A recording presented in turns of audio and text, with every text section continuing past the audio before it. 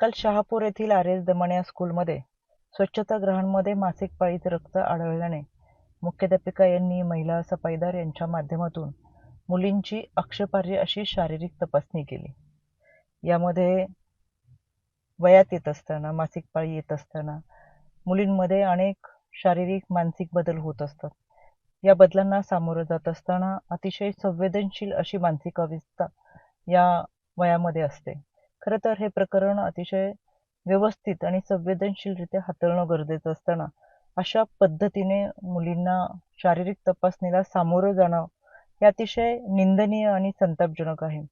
यामध्ये मुख्याध्यापिका, महिला सफाईदार, विश्वस्त यांच्यावर पोक्सो अंतर्गत गुन्हा दाखल झालेलाच आहे.